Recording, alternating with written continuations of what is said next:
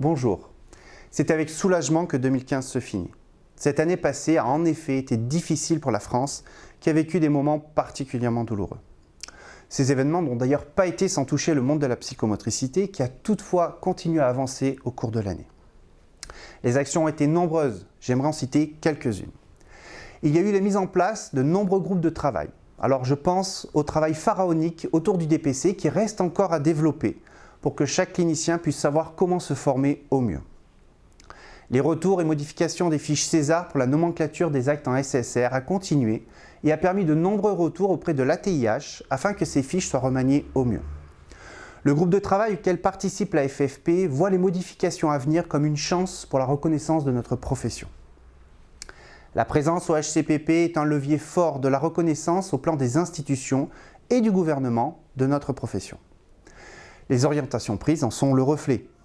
Des actions de la Fédération pour éviter un afflux incontrôlable de psychomotriciens dont la formation est discutable se poursuivent. Je pense notamment à ceux qui viennent de Belgique.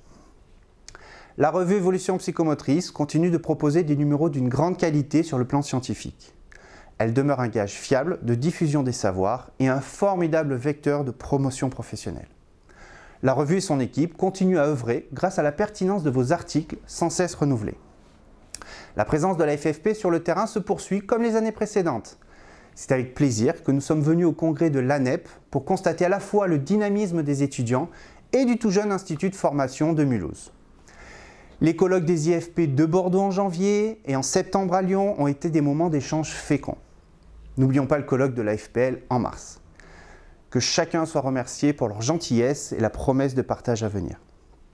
Cela m'invite d'ailleurs à vous rappeler que la FFP établit depuis quelques années déjà des partenariats afin de faire profiter à ses adhérents de tarifs préférentiels auprès de leurs partenaires.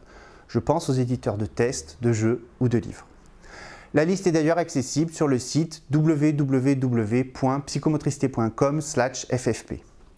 De plus, la communication se poursuit par l'entremise de Facebook, où j'ai ouvert un profil professionnel à mon nom afin de continuer à échanger et promouvoir notre belle profession. D'autres actions ont vu le jour afin de défendre notre profession, comme la collaboration au sein de l'intersyndicale afin de faire front commun pour l'avenir de notre profession en réanimant la réingénierie. Il semble nécessaire de continuer à batailler pour l'obtention de la reconnaissance des 5 ans d'études assortis du grade master. L'histoire de la France nous rattrape ici, car la manifestation prévue le 4 décembre n'a pas pu avoir lieu en toute logique. Pourtant, la lutte doit continuer et passe par chacun d'entre vous au travers des propositions qui continueront d'être faites en 2016. C'est pourquoi j'envisage l'année à venir avec détermination et enthousiasme, fier de pouvoir partager tous les moments forts de la psychomotricité avec un maximum d'entre vous.